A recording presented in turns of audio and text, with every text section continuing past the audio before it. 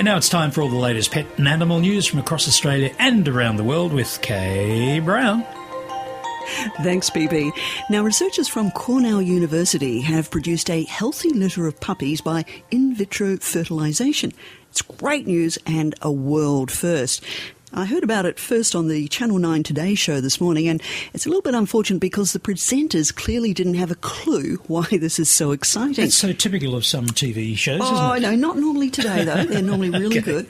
Okay, but what they didn't understand is that the techniques used to finally, after, about 40 years of trying, to finally successfully create fertilized eggs in the lab, then allow frozen puppy embryos to be implanted, resulting in live births, means we can now preserve endangered canid species, plus potentially eradicate heritable diseases in dogs. Well, that's a good reason for doing it, because I was thinking while you're saying that, like, why are we doing this? Exactly. But that's perfect. Yep. Good. Yep.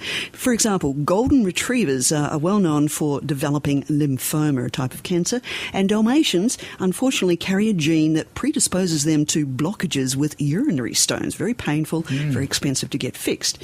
So by combining gene editing techniques and IVF techniques as well, now through this, researchers believe they can prevent genetic disease before it starts. What a great idea. Great Well story. done. Yeah. So do you sleep with your pet? Are you asking me?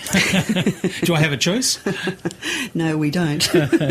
Scientists at the Centre for Sleep Medicine, the Mayo Clinic in Arizona, decided to conduct a survey of their patients to find out how common the practice of sleeping with pets is and whether it's good or bad for getting a good night's sleep. Of the 150 people surveyed, 49% said they did have a pet in their bedroom, and more than half of those let their pet sleep on the bed.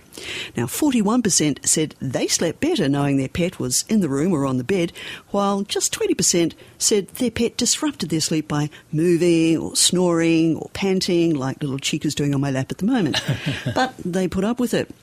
Now, the Mayo Clinic wants to do further research. Hello, that's what all researchers say. However, in the meantime, they're suggesting those who feel sleep-deprived consider limiting cuddle time to daylight hours. I remember little Matisse. He was a snorer. He loved snoring. It was almost like, look at me, I'm sleeping. Yes. He did it with his eyes open sometimes too. Okay, our last story. They love cats in Japan.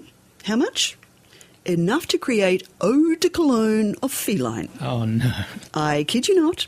Hot off the press, Japanese online retailer Felissimo is selling what they say is the scent of a cat's forehead in a bottle. A cat's forehead in a bottle? This new addition to their popular lines of kitten lingerie and feline futons was apparently created from the results of a survey of cat lovers describing them as being the smell of sunshine, a futon that's been dried in the sun, or the smell of sweet bread. The head of Yamamoto Perfumery, Mr. Yamamoto himself, then spent 4 months of very serious research, going from cat cafe to cat cafe, sniffing cats' heads, to ensure they really did come up with the right scent. And what did they come up with? Fluffy brow scented fabric water. You've made this entire story up, I can tell. I have not.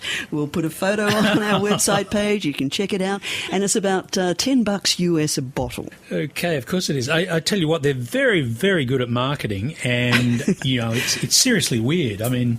Are we going to have wet dog smell next? Well, a futon that's been dried in the sun smells probably a bit like wet dog, doesn't it, do you think?